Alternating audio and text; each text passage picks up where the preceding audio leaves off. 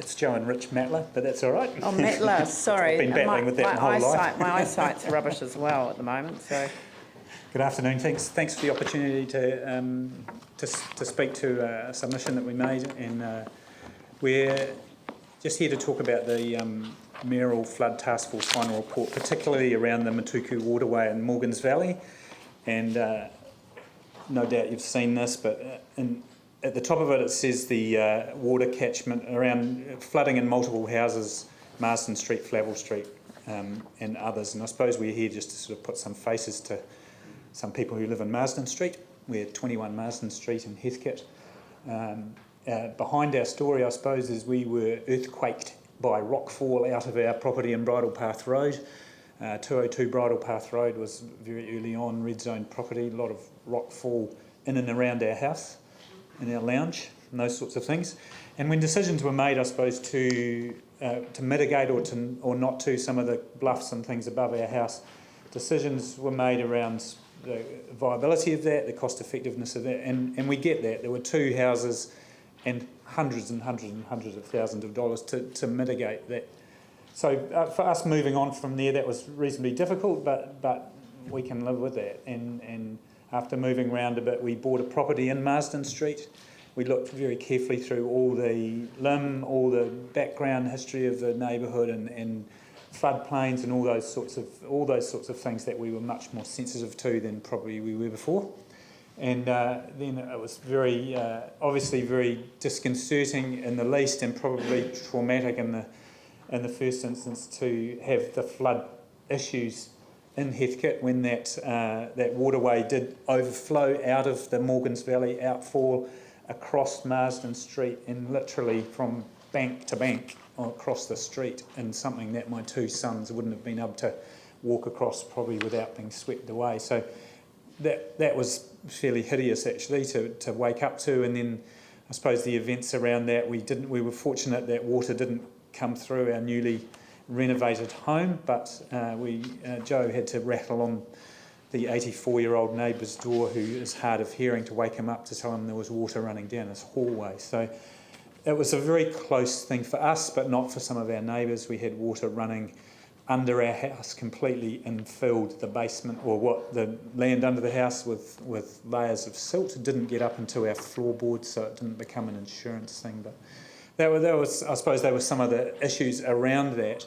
Now, those things and those events happened on a couple of occasions. So for us, with our names and our faces, I suppose, around the Marsden Street experience of that, I suppose that just locates us. But we're here more to speak to the long-term plan here, and I suppose just being totally solution focused here, like not going, what's going to happen. There's a solution, and the thing I suppose that's frustrating for us, that this isn't one of those front and centre things, is it seems like the solution's half made, like it's half constructed, it's almost done, it just needs to be finished, or the last link in it needs to be made. Now I know there's complexities around the properties that link runs across, and the red zone aspects of that, and what the developer previously was going to do and now won't be doing, and those sorts of things. But it would be our plea, I suppose, on behalf of us and our 84-year-old neighbour, as well as others in the Heathcote community, that this is a classic example of fence at the top of the cliff, or in this case a pipe at the top of the street, instead of sandbags at the bottom, and all that carnage afterwards. So imploring here, I suppose, is that this link up is a priority because of what it would mean for Heathcote Valley. And I suppose the last aspect of that is we kind of feel that we shouldn't have to live with a pallet of sandbags in our driveway, and neither should Dave next door. We shouldn't have to do that, really. Thanks. This occurred in the more than 150-year event last year. Yeah, it was and the other one. 2 and 2 months. And yes, there were, and part of the additional problem was that the ground was saturated when the second hit. So this isn't a normal event, and the truth is that we simply don't design to the highest level. So that's the reason why it's not on on the budget at the moment. I think the issue for us is in this Mayoral Task Force report, Flood Task Force report, it says the current outfall is a temporary arrangement. It was always a temporary arrangement, and the long-term arrangement was a drain that linked the bottom of this drain along the road 60 metres and into an already constructed drain that went down through Cook's Lane. When that development was put in, drainage was put in to join up with this, so it was always in the plan, some plan, but because of the red zoning, the developer obviously went away, and so all it actually needs is 60 metres. I mean, we'd go up there and help dig it, you know, I'm sure most people in Heathcote would. Yeah, I mean, I don't know. We'll obviously get technical advice from our officials on it. So I'm not saying no. I'm just explaining to you why it's in the position that it is at the moment. The Mayoral Flood Task Force was just looking at the urgent deficiencies that cause drainage problems and overflow flooding in March and April's specific purpose, not the land drainage recovery program. Yanni. Just have to say this has been subject to a number of complaints through the council, particularly if you talk to the people in Cook's Lane who had raised concerns repeatedly and had previous cases of flooding, as I understand it. So, I mean, thank you for your submission. Have you been given any kind of idea as to why it's not included in our in our long-term plan when it was identified from the Mayoral Task Force? No, I went to that meeting in Heathcote, and half of it was about sort of just asking questions, but we didn't really get many answers. But the other half did make me laugh was civil defence telling us what to do when it happens again. And I found that quite concerning, really, because you kind of have enough. Yeah. So I've just been reminded by staff, because my memory isn't working very well at the moment either, and apparently we have asked staff to provide this information to us as a result of a submission on the first day of hearing. So we are going to get the information, you know. And then there's less chance of everyone in Heathcote needing the services that other lady was asking for. So. I guess I read the question to the CEO, but do you think we should wait for the end of this process and make the decision?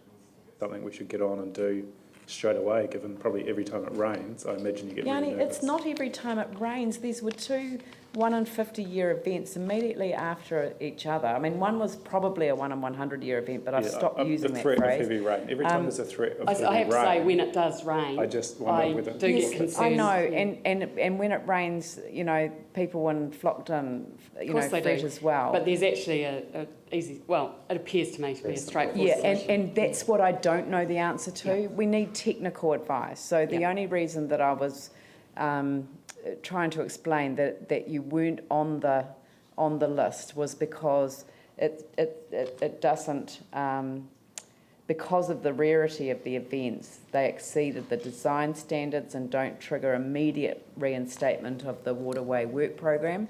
But we are getting advice on it. So, you know, I don't know what the outcome of that advice will be, but obviously we're going to take your submission into account as the other submission that we've received on this as well. Well, and no doubt others. And the other thing is, it's sure your local councillor who raises it on many occasions will be. It's good to know.